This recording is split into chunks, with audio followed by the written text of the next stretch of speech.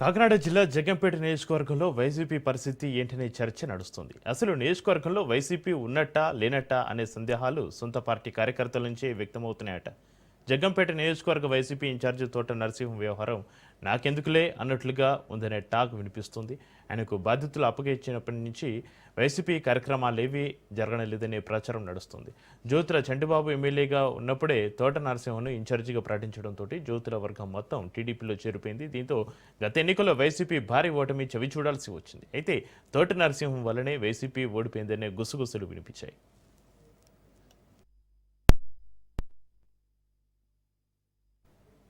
ఇక మాజీ మంత్రి తోట నరసింహం, మాజీ ఎమ్మెల్యే జ్యోతుల చంటిబాబు వర్గాల మధ్య గత కొంతకాలంగా పచ్చగడ్డి వేస్తేనే బగ్గుమంటుంది.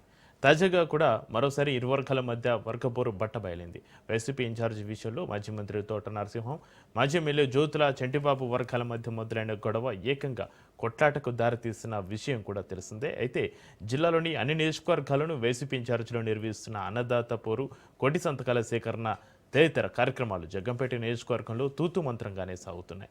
ఒక పక్క కేడర్ లేకపోవడం, మరోపక్క నూతనంగా వైసీపీలో సీఈసీ మెంబర్గా బాధ్యతలు చేపట్టిన జ్యోతుల చంటిబాబు కూడా సపోర్టు చేయకపోవడంతో నియోజకవర్గంలో వైసీపీ పరిస్థితి గందరగోళంగా మారింది.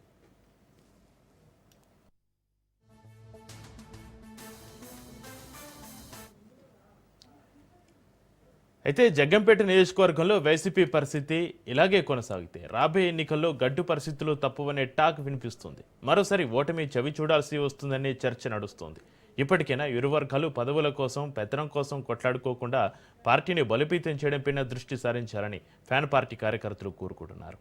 ఇద్దరు నేతలు కలిసి పార్టీ కోసం పనిచేస్తే నియోజకవర్గంలో వైసీపీ జెండా ఎగరవేయడం ఖాయమంటున్నారు.